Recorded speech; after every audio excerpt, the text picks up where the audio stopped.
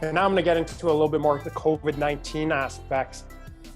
How has COVID-19 changed the mortgage landscape? And better yet, does a pre-approved COVID-19 pre-approval letter, does that mean anything? Because I know a lot of people have lost their jobs or have been temporarily let go.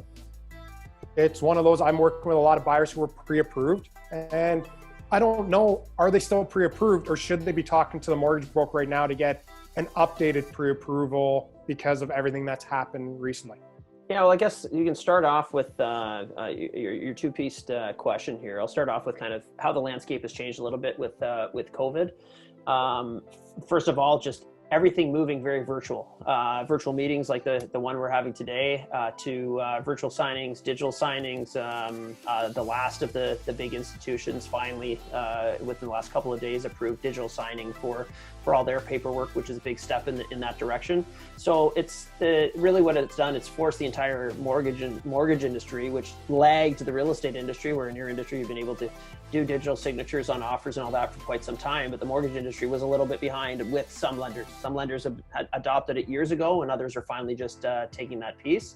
But it's also forced mortgage professionals to become a lot more technologically inclined, and which really is a cool impact, because for a lot of customers, it's kind of the way they would have done it beforehand if they had the option.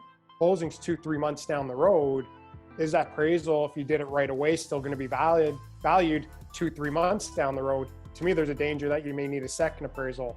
Are you seeing that happening?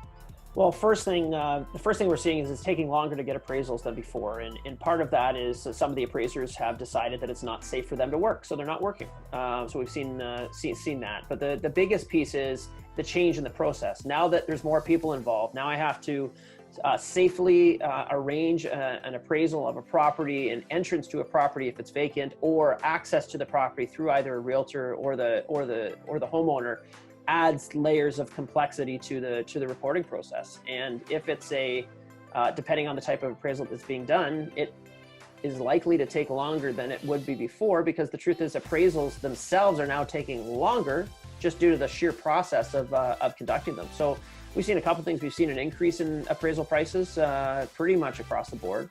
And then secondly, definitely an increase in delays. But to your second comment about would the lender do another appraisal closer to closing date? In theory, an appraisal is valid for 6 months, but in the current circumstances, it's not. It would not surprise me if we started to see lenders asking for an additional appraisal closer to the closing date, or delaying the initial appraisal to closer to the closing date to be able to take into consideration what's happened to property values at that moment.